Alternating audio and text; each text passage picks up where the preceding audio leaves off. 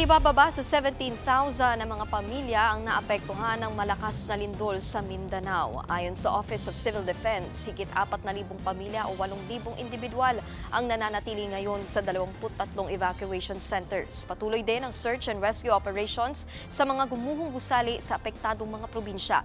Wala pa namang nakikitang kakulangan sa supply ng food packs. Ang problema lang daw ngayon ay ang bagsak pa rin ng linya ng kuryente sa maraming lugar.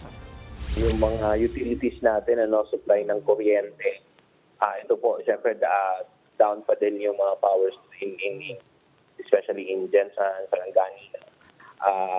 Bagamat yung ating pong mga ahensya ng pamahalaan, we provided genset sa ospital, nagpapadala din po ng mga additional supply ng gasolina. Yung kung sa komunikasyon naman po, yun din po yung setup ng mga additional na mga charging stations at mga internet connections, Samantala, isa-isa na ring nagsidatingan ang ilang ahensya ng gobyerno sa Mindanao. Ang DPWH ininspeksyon ang mga naapektuhang gusali at infrastruktura. Ipinag-utos ni Secretary Vince Dizon ng agarang pagsasaayos ng mga nasirang kalsada.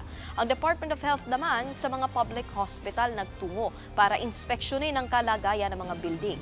Habang ang DepEd nagtungo rin sa mga school building sa mga karatig probinsya ng Cotabato at Maguindanao kung saan natuloy ang unang araw ng klase sa kabila ng lindol.